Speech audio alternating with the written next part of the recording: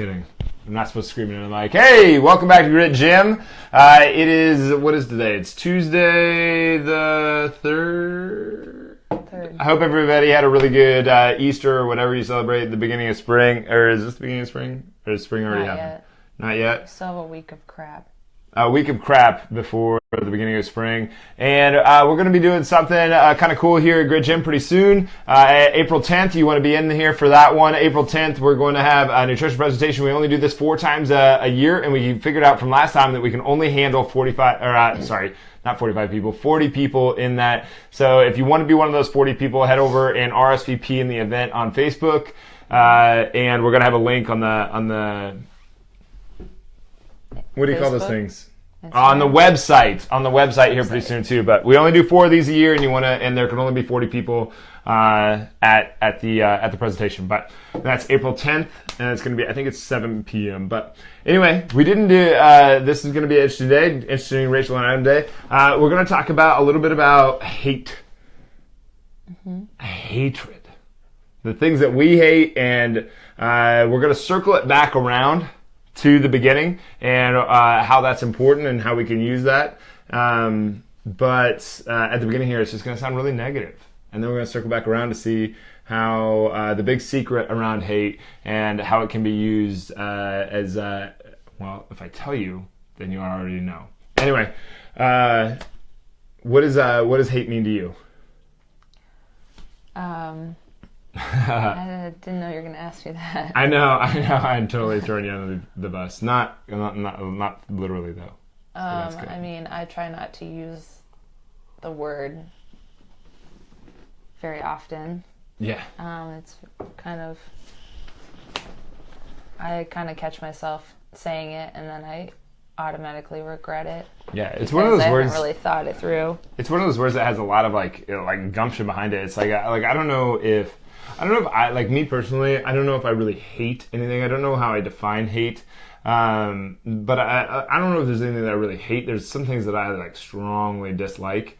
And there's some like tendencies that, like, you know, one thing that I catch myself saying, like, I hate when people are like, I'm so triggered. It's like, what does that mean? What does that mean? I don't know. When people are, I think what they're trying to say is like those are trigger words for me. Like if you, I don't know what they're saying, but like things that they get easily offended by, and I just think that being offended is such a weak and pathetic thing to do.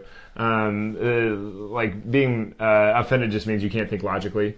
I think it's the word has kind of become just like an expression. Hate? You don't really have a meaning behind it before it comes out of your mouth. Well, it's just a feeling in the moment that you kind of express it in that way. Yeah. And there's some interesting things. Like hate speech is one that gets thrown around a lot right now. I don't know if I really believe if there is such thing as hate speech.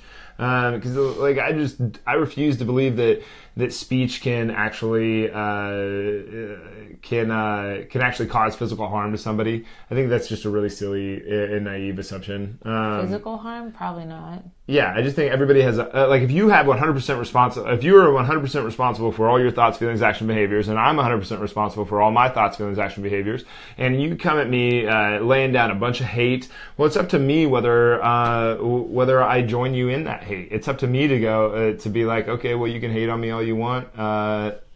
That's your prerogative, and then I can walk away from that. So it doesn't cause me physical harm. I think we're really losing track in today's world around the sticks and stones may break my bones, but words will never hurt me. Well, I think that saying needs to make a comeback. It needs to make a comeback pretty hard. Like the little kids say. I think adults need it just as much as the kids. What was that? It's just the T from your T, yeah. That'd be kind of funny if adults started saying it. They should say it. Like adults should say it all the time. When the haters hate you on Instagram, could say that and bring it back to them. I'm gonna start saying that back to all my haters. Maybe a new updated version. But I do think, like on Instagram, a lot of time I think things get lost in translation. Like, are you challenging me? Are you hating on me? What is the difference? Or are you asking me a question? Or are you making a statement?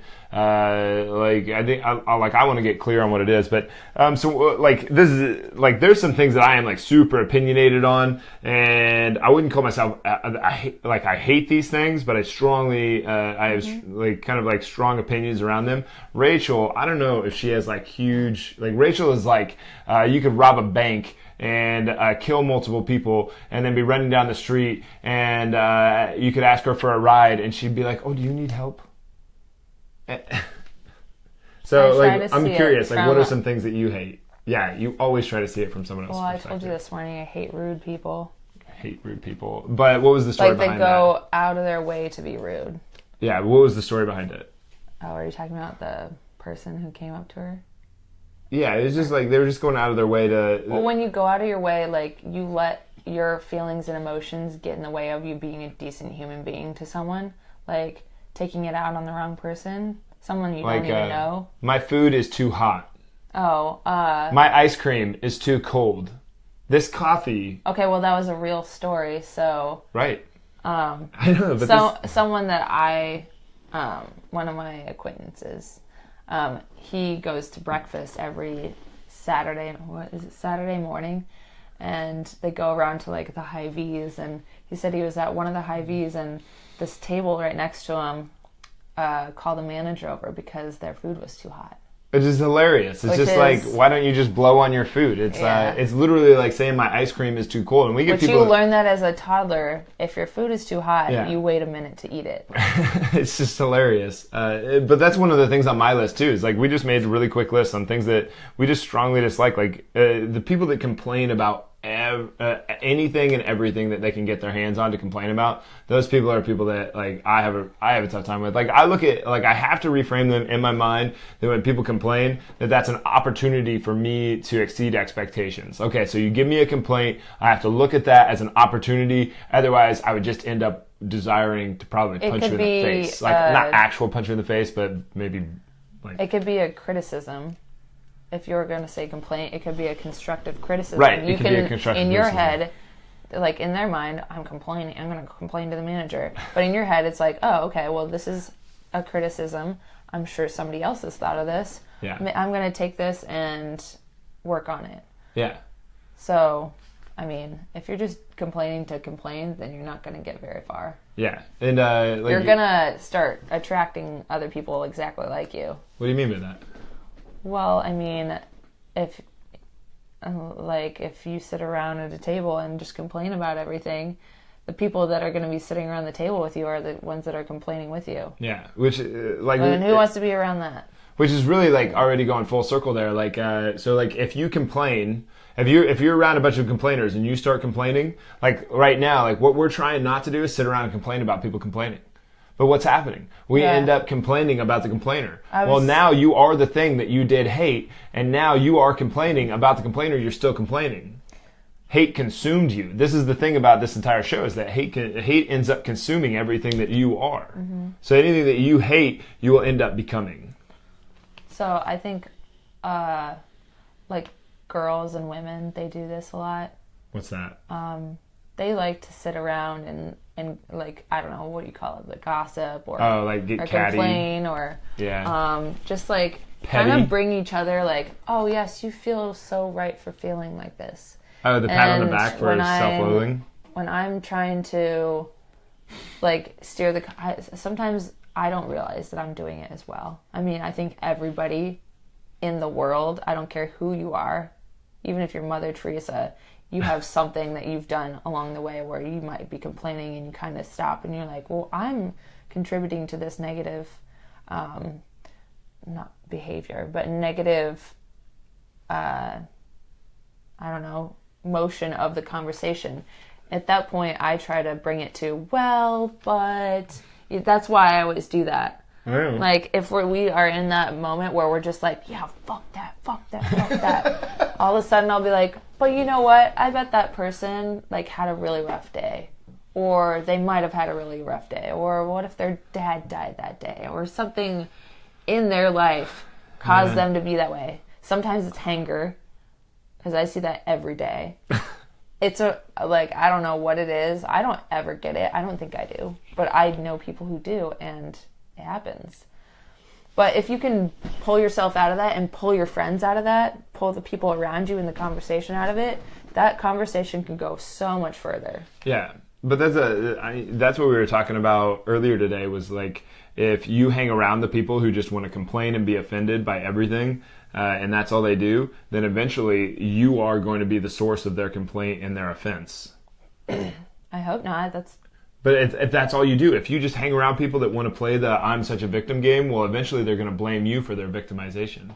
Be like the second that you're around everybody and they're complaining, negative, oh poor me, and you go, it's a really bright, sunny, shiny day. I really screwed that one up. There's a lot of good. They're going to be like, who are you? Why would you say that? Like, you're such an asshole for for looking at the positive when I'm trying to be depressed. And then they're going to blame you for being a jerk out of that. And also, I don't think you can just point it out directly at the moment. You kind of have to ease into it. Just be I'm not very good. When you point out to them, like, hey, you guys are being a bunch of miserable bitches.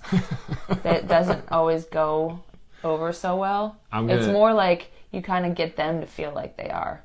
Like reverse psychology. Like, I don't even know, but they already really are, so maybe it's just getting them to see. I know, getting them to see that they are the ones that are doing it. Like, this isn't like getting us to a solution. This is actually just making us kind of petty and not very nice girls. Like, we're mean girls right now. And I hate when I look back and I see conversations that I've had, and that's what we're doing. We're just being mean girls. We didn't really have anything we didn't gain anything from that. We didn't gain a new perspective. We just sat there in our misery for a couple minutes or however long we sat and had the conversation. Yeah. And it's tough to get out of that. I think that's what a good friend is for, is to be like, hey, dude, I'm going to confront you on this. I think that's what you have a coach for. I think that's what you have teammates for. I think that's why you have people that care about you. Or the people that really do care about you are the ones that will kick you the real deal and be like, hey, what's going on? Why are you doing that? And at the points where you don't really realize that it's going on, there are certain words that we kind of have. They're kind of not a trigger words, but words that we try not to use. Oh, they're the signal? Yeah, it's just a slight reminder. I don't know, we don't use the word. We try not to use the word hate. I think hate's kind of the universal, what's going on there? Something's going on. Another word is should. If we start using the word should a lot, it's that's a red flag, big red flag. The word should is kind of what? Why is that? If we start using the word feelings a lot, it's I feel like this and I feel like that. I feel like you're not listening to me. Well, are you or are you not? Get rid of your feelings. Do you think that I'm listening to you, or do you not think that I'm listening to you? Yeah, not that you don't use them, but they're a way to kind of explore what you're trying to communicate. Yeah, and to get very extremely clear on what it is that you're trying to say. It's not you're not supposed to use that word. Yeah. It's here's the opportunity to understand what's going on right now. Right, but it's very hard to communicate what you're feeling. It's not very difficult to communicate what you're thinking. And if you're feeling and trying to be logical at the same time, that's extremely difficult. Emotion and logic don't go hand in hand. Thinking does. So the opposite of hate. I wrote an article about this. Not a lot of people know this, but I have another page. It's the Adam Reese page that I just get all my Adam Reese ideas, all my atomisms out on paper, and then I have a Medium account where I do a lot of blogging. But it's the opposite of hate. The opposite of hate is not love. A lot of people think that it is, but it's not. The opposite of hate is logical thought, is objective thought. And I wrote a whole entire article about this, about why that is. But it's the opposite of hate is not love. The opposite of hate is thought. The opposite, and hate's more in line with fear. Love is an emotion. Thought is what gets you out of hate. Thinking logically, being offended, complaining. There's a lot of things. I think being the super political people. I think they get really wrapped up in feelings around their points instead of thinking about them. And that goes on both sides. I'm not just being Republican or Democrat, left, right, liberal, conservative. I don't care. I think you must be willing to not find out that somebody's on the opposite side and not take that to offense, or want to engage in argument. Like, it has to be like, I want to gain a new understanding from this person that sees it completely opposite of me. Yeah. And you don't even, there's some people that you know that are completely opposite viewed as you, but you never would have known until they said, oh, I'm an extreme Republican. Like, you got along with that person up until that point. Does that mean that you hate them all of a sudden? Yeah. I don't think so. I think it's just like an opportunity for you to like gain some more insight on how they see it. But people start feeling somewhere in the mix there, and then a fight happens. If you can take your feelings out of it and you can just put your thoughts into it, it's now, an opportunity now we have for an opportunity. A conversation and for both of you to kind of like learn from each other. And a discussion instead of an argument. Because you respect each other. You respected each other before you found out that you have opposite views, but now you can come at it without the feelings. Mm-hmm. Easier said than done, but still worthy of trying, of practice. So like, excuse me, but like the point of this whole video is to go back to like what I said at the beginning, that we're going to go full circle. Is we didn't layer out all the things that we hate, but like a few of the things of mine. People that could just complain about anything and everything, being like just refusing to subscribe to logic. The people who are like the super political people or the super religious people that try to cram it down other people's throats. Like I have a little bit of a tough time with that because it's just like, I don't feel like I need to justify it, but to a certain extent, I think that's kind of based off of fear, though. Like they want to feel like they're a part of the group, so they have to shove their views on you it. Can't be different than me. Yes, you can. It's okay. Mm-hmm. It's okay. It's okay. Different's good. One of the things that I find extremely annoying is something that we do in the United States that I don't know if they do in other countries, but we tend to think that anybody that has an accent is either funny or smart, just automatically. And I don't really totally understand that. But it's really funny. If you have an accent in the United States, like any accent, it's like, oh, that person must be really smart, or they must be really funny. And that you would just assume that everything that comes out of their mouth, every joke is funny. You sound like you're from London. That's always funny. Yeah. But those are some of mine. But like, if all that Rachel and I did here was just sit here and list out all the things that we hate, and we succumb to those. Yeah, if we succumb to those, then and we let them consume us, then all we'll sit there and we'll do all the things that we end up hating in the first place. We'll be consumed by the hate, and then the hate will spill out because it was an invitation. Yeah.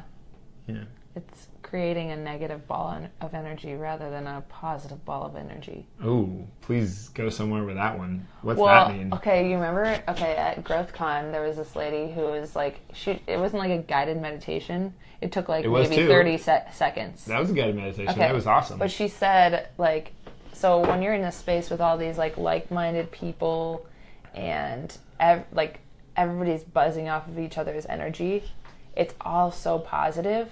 She made a reference, like when we had our eyes closed. Imagine that all this positive energy is like, it's in a stadium kind of area. It's in the middle of us and it's hovering over us, and it's a big ball of light, of positive energy. So, and that was like a really cool feeling. Imagine if that was like a big ball of negative energy. Because, I mean, how would that feel? Yeah. Opposite of the great feeling that we were having. Yeah. It'd be an equally awful feeling. Yeah, and I've told you this story before. I'm not sure if I've told it that on made here. sense at all. But when she said that, like when Rachel said that, and it's something that like when I go into my meditation, one of the things that I do on like probably every other time is I imagine a ball, and the ball is like the energy that I get to push out, and the person that I can become, and so I get this ball and I just try to make it bigger, and I try to like push it out and to make like just keep on pushing it. Eventually, like it covers Iowa City, and the interesting thing, the first time this ever happened, I know this is a little bit of a long story, but the first time this ever happened, I was in my meditation and it just kept on getting bigger and bigger, and you see like little spurts of like extra balls just like would like pop up and like expand, and I didn't know what that meant in my meditation, and I just kept on going. I kept on trying to make it bigger. Pretty soon I've got the United States. Pretty soon I've got the world. Pretty soon I'm on both sides of the world. I've got the whole world. Pretty soon I've got the moon, and I just keep on going. And pretty soon I got to the sun. It was just like, oh, I can't. Oh no, I've got to push it out bigger than the moon, or bigger than the sun. And all of a sudden I got to the sun, and the sun gave me all this like extra energy once I consumed a portion of the sun, or not consumed, but it was like and one I of just those kept on mushrooms. pushing and pushing and pushing and pushing and pushing. Mushrooms. Like Mario Bros. Oh yeah, It's like they just kept on getting bigger and bigger and bigger in every direction, and it was just this huge sphere. And every time, and every once in a while, you'd see this spot, and they would grow bigger, and they would grow bigger. And after I came out of the meditation, I was like, maybe it's the people that I can have a positive influence upon. If I can keep on pushing myself out, and then that hits them, and they have this positive influence, and that hits them, and they have this positive, like a pay it forward kind of thing. And it was really interesting because the more people that touched, the more people that it touched, the more people that it touched, the more people that it touched, and the more they grew their energy. And it was a really cool thing. And I told you that after GrowthCon, after we had that, but she did some other cool stuff. Like she, at the end of her guided meditation, she goes, imagine that all your dreams, wishes, and everything came true right now, and imagine what that would feel like. And that was a really kind of crazy time. That was a very interesting thing. Mm-hmm. What was it like for you? Fun. But it was... she was guiding us in a positive direction. Like there was I can't imagine that there was any negative energy in that room. It would have been very, very hard. The hate was just gone. Nobody had a mind full of hate at that moment. And like imagine like what you can do with that versus dwelling in like hate. Yeah. But so like where do we go back to like confronting it? Because like just saying like, oh, if everybody just loved everybody and everybody had objective thoughts, that still doesn't confront the situation over here. Well, objective thought does, but communication. I think maybe yeah. Well, like if you hate someone's attitude or you hate someone's how they treat people around you, I mean, having the conversation and pointing it out. I think maybe be careful with that, but like. You know, you don't want to do it in front of a bunch of people, but just like how I said before, make them realize on their own that this is what they're doing. This is how they're affecting how the conversation. Do that? Yeah, I think you do that better than me. I just like... Well, kind of like at work when someone comes to me and is like complaining about... So like I'm like their manager, so they come to me with all the problems. All the problems. And they wait all day and they stew in it, and then they come to me, and then they're just like so worked up, and it really has nothing to do with me. I can't go back and fix the situation. So I just say like, so how did you deal with it? Or what are you going to do next time?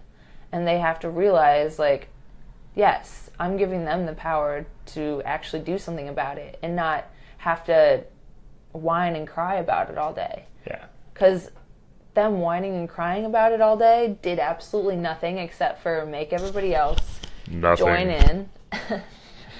into their like pity party. Yeah.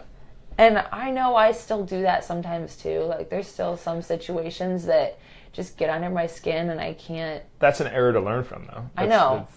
Yeah. And in the moment, like when I'm saying it, I'm like getting all worked up and blah, blah, blah, and then I kind of pull back and remember that I'm doing exactly what I shouldn't be doing, or that I told myself I wasn't going to do again.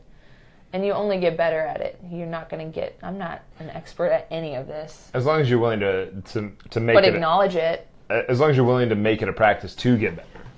I think like my way of realizing that I'm doing it is I'm getting worked up and like, and like I look at people's faces and they're going, whoa. And that is my like, wow, I'm being kind of crazy right now. Like you're worked up is like I'm creating a negativity for these people that have no idea what's going on. Like they're just like feeling bad for me in that moment. I don't want them to feel bad for me. I'm just stating a fact. I don't know. I don't know. You look at their face and they're like, I have no idea what she's talking about. I think we pick up on it. I can't relate to that. Yeah. There's a lot that we pick up on nonverbal. I mean, like, what is this? Like, over 80% of our communication is actually nonverbal, where we don't actually say the word. I'm actually pretty good at facial expression and picking up on people's... You mean picking up other people's facial expression, or you expressing? picking up on other people's. I'm like not a very expressive person, so I have to like overdo everything. Otherwise, people just think I'm just. No, I can tell like when people feel certain ways without them like saying anything. Yeah. What if they have no eyebrows? I can still tell. Because it's the most expressive part of your face. One person without eyebrows, and it's a she, isn't it? No, it's not. I know two people actually, and they're not. I thought you were gonna say somebody that like got them and they like paint them on every day or whatever. Nope, no girls. That would be really sad if you didn't have eyebrows. I know girls do that. They get like the thing that doesn't let it ever grow back again, and then they paint it on every day. I think that would have to be a certain circumstance where they didn't have a choice. I don't think any girl would be like, nope, I'm just gonna rip off all my eyebrows and not let them grow back. Maybe they hated their eyebrows. Well, then they weren't doing them right. You need eyebrows. They're there for a reason. Are they? Yeah. Your eyebrows are there they're like eyelashes to keep out the debris. I know. And to stop. Plus, they frame your face. And so that the sweat can go to the side, and the sun doesn't hit your eye just right. Because we're tropical animals. But anyway, the point of this video is that hate the what's that song? Just the Two of Us by Will Smith, where he's like, hate in your heart will consume you too. I think is absolutely accurate. The further you go, the more that you learn about objective thought, the more you learn about loving yourself, the more that you learn about hate, the more that you can sit back and be like, yeah, it really does. Because if you sit around, you hate complainers, then you're going to end up complaining about complainers, and then you are a complainer, and you end up becoming the thing that you did hate. So and I think you could probably apply that to just about everything. I guess you can use the Trump example. What's the Trump example? Like how you say hate was the way he got elected? Well, in a roundabout way. I said, love me or hate me, but please don't ignore me. He did that better than any president used hate has. To get elected. Well, no, he used polarity. Like, love me or hate me, one or the other, but do not ignore me. Well, he wasn't going to get them to love him, so he used... No, it's polarity. It's even. So if he can get half the country if you can get half the country to hate you and half the country to love you, if you get 100% of people to do one or the other, you will be you'll be a successful marketer. You'll win at anything. If you can get 100% of the people to love you or hate you, you will be successful at delivering your message.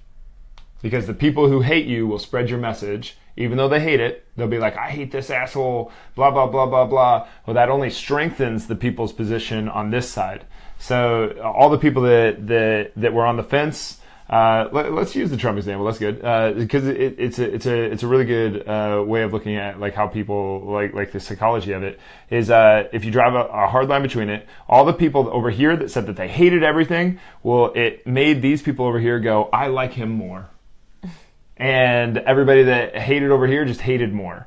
And so all these people weren't going to vote for him anyway. All these people, it strengthened everything that these people said, strengthened these people's resolve, and these people start cheering for him because of the hatred over here. It creates a polarity.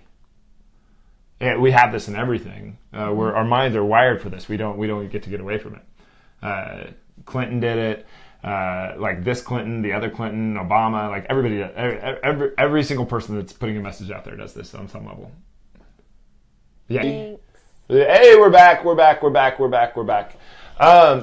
no, like the polarity was what created a positive impact on that. But we're up on our 30 minutes. But yeah, like hate just strengthens the opposition's position. There's a lot of things that we can actually learn from hate. Like in terms of like polarity, hate creates that polarity, which is a really interesting thing in any kind of marketing stuff that you look at, any kind of like anything in our brains that can create these hard divides. If you hate something, then this over here, it strengthens this over here. So it's kind of an interesting thing. And hate in your heart will consume you too. Well, like the hatred is what ends up spiraling you down. And for anybody that's watching this either way on the whole political thing, like hate wasn't what got Trump elected. It was the polarity between the two. The people who were on the fence about liking him, the more people that hated him, the more people that joined that way. So if you don't like something, don't look at it on Facebook. If you hate something on Facebook and you write a comment on there, that just gives more power to that thing.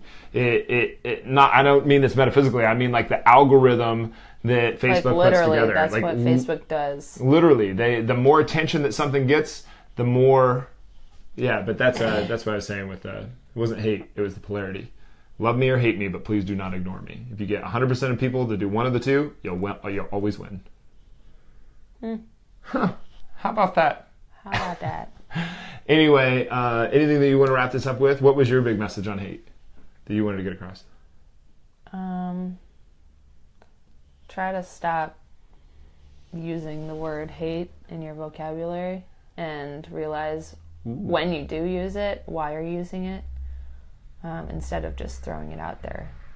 Yeah, it should be a signal, right? Kind of like should be a signal, feelings should be a signal. What are some of the other ones? Anxiety, nervous, worried, embarrassment. Annoyed, stressed. I use that a lot.